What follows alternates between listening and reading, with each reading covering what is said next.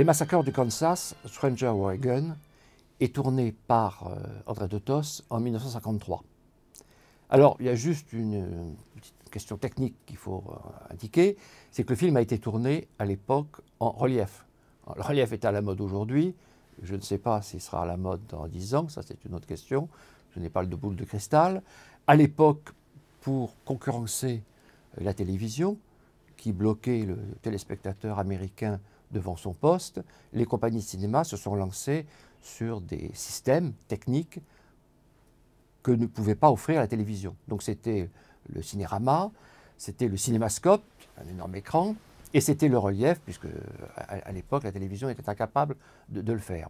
Alors, on s'en rend compte, parce que de temps en temps, dans le film, vous verrez d'ailleurs dès le début, on reçoit un coup de poing, où il y a un truc comme ça, on se dit pourquoi? C'est parce que c'est le relief. Bon, la plupart du temps, les films tournés en relief ont été exploités en 2D parce que le système était compliqué. Il fallait porter des lunettes, enfin déjà maintenant aussi il faut en porter. Quand on a déjà des lunettes, c'est seulement d'avoir d'autres lunettes. Bon, donc ça a été tourné en relief et ça vous explique pourquoi il y a quelques plans où on met qui sont face au spectateur. Bon, ne vous étonnez pas. Alors, le film est coproduit par Randolph Scott. C'est devenu d'ailleurs une habitude depuis un certain temps de Randolph Scott de coproduire ses films. Pourquoi il les coproduit?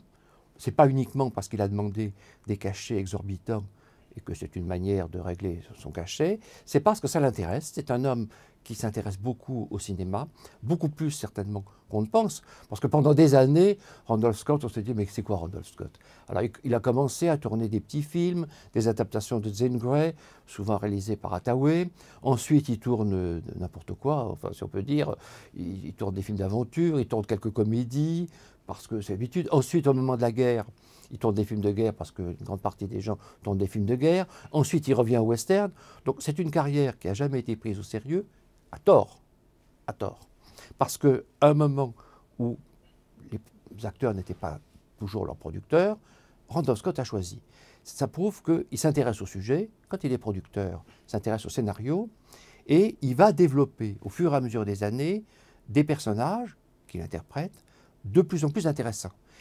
Et dans le cas des Massacres du Kansas, c'est une des premières fois où un de ces personnages est très intéressant et annonce un peu ce qui va être dans les films comme Red Lonesome, comme Monkey Station, etc., où il sera dirigé par Buttigieg. Qu'est-ce qu'on voit là? Il est un des soldats de Cantrill. Bon, Cantrill était un homme qui combattait dans les rangs sudistes, mais c'était une espèce de combat parallèle. Il menait en fait pratiquement sa propre guerre. C'était un homme très dangereux, extrêmement violent, et l'armée de Cantrill, à laquelle appartenaient aussi d'ailleurs Jesse James et Frank James, accumulait les exactions.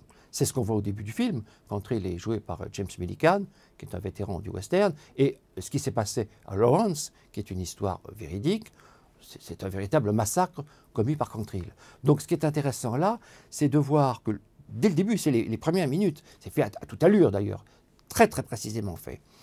Le personnage que joue Randolph Scott va être en fait marqué par son passé, par le fait qu'il a appartenu à l'armée de Cantrill. Alors il quitte Cantrill, mais il est bien évident qu'avant l'histoire de Lawrence, il y a dû y avoir une succession d'exactions dont le personnage joué par Randolph Scott a été le témoin, parfois l'acteur, en tout cas le témoin. Et à partir de cette mauvaise conscience qu'il a d'avoir appartenu à l'armée de Cantrill, va se passer le film, puisque il est remarqué, il est reconnu dans le bateau au moment où il joue aux cartes, et ça va enchaîner toute l'histoire. Bon. Alors, on retrouve George Macready qui a joué dans plein de films, notamment dans Gilda, naturellement, qui jouait dans The Nevada, un autre film de Randolph Scott dirigé par Gordon Douglas, qui fait partie aussi de notre collection. Et on a ici alors deux des vétérans du genre, disons, pour être poli, des grandes sales gueules du cinéma hollywoodien, c'est-à-dire Lee Marvin et Ernest Borgnine, qui à l'époque étaient des seconds couteaux. Lee Marvin n'avait pas joué encore The Killers. Ernest Borgnine n'était pas devenu le héros plein de récompenses de Marty. Il jouait des seconds rôles, et des seconds rôles de méchants. Donc ils sont comme d'habitude très très bien. Alors, on peut revenir un instant à la carrière d'André de Tos. André de Tos donc était hongrois. Il a travaillé dans l'ombre d'Alexander Korda en faisant de la seconde équipe pour divers films de Korda. Ensuite, il est passé aux États-Unis et il va tourner à la fois, il va tourner de tout, de Tos, il va tourner beaucoup de westerns notamment. Alors il tourne Le Cavalier de la Mort, Man in the Saddle avec Ron Scott, il tourne Carson City, Les Conquérants de Carson City, qui est connu. Alors c'est un très bon film d'ailleurs avec Ron Scott, mais il y a une curiosité que les amateurs de western connaissent bien, s'ils ont vu le film, c'est que le grand méchant du film, c'est Raymond Massé, et quand Raymond Massé fait arrêter une diligence par ses hommes, au lieu de massacrer les passagers de la diligence, qui sont naturellement dévalisés, il leur offre le champagne.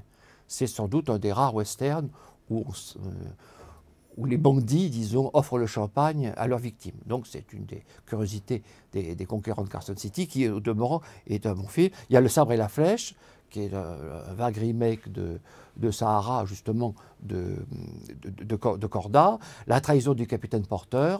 C'est une carrière assez riche, finalement. La mission du commandant Lex avec Gary Cooper. Et ensuite, l'œuvre de Tos, on verra des films policiers, on verra des films d'aventure comme Capitaine Morgan, on verra des espèces de, disons, de films d'aventure, pas un péplum, mais presque comme les Mongols, avec Jack Palance, et un western assez curieux qui est en effet Day of the Outlaw, avec Burl Ives, western neigeux, tourné subitement en noir et blanc.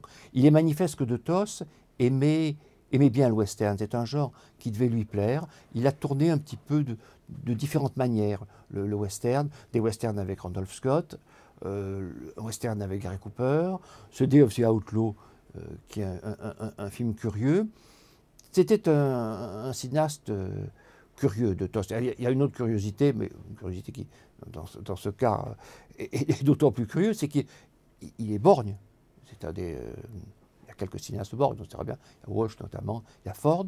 Donc, quand il tourne en relief et Les Massacres du Kansas, lui n'a aucune notion du relief, puisqu'il a une notion, disons, unidimensionnelle, mais ça n'empêche pas. Il a tourné un autre film en relief, qui est d'ailleurs l'un des meilleurs films en relief, qui est L'Homme au masque de cire, qui est un des très très bons films en relief. Il y a 3 films en relief très intéressants, tournés par la Warner. C'est L'Homme au masque de cire, c'est Double assassinat dans la rue Morgue, le film de Roy Dalrus, Fantôme de la rue Morgue, et naturellement, surtout même, le film d'Hitchcock avec Ray Milland et Grace Kelly, qui lui vraiment tourne autour du relief. Bon, donc, André de Tos n'a pas de notion du relief, il tourne le film en relief, et vous verrez, toujours une fois de plus, bonheur de retrouver Randolph Scott.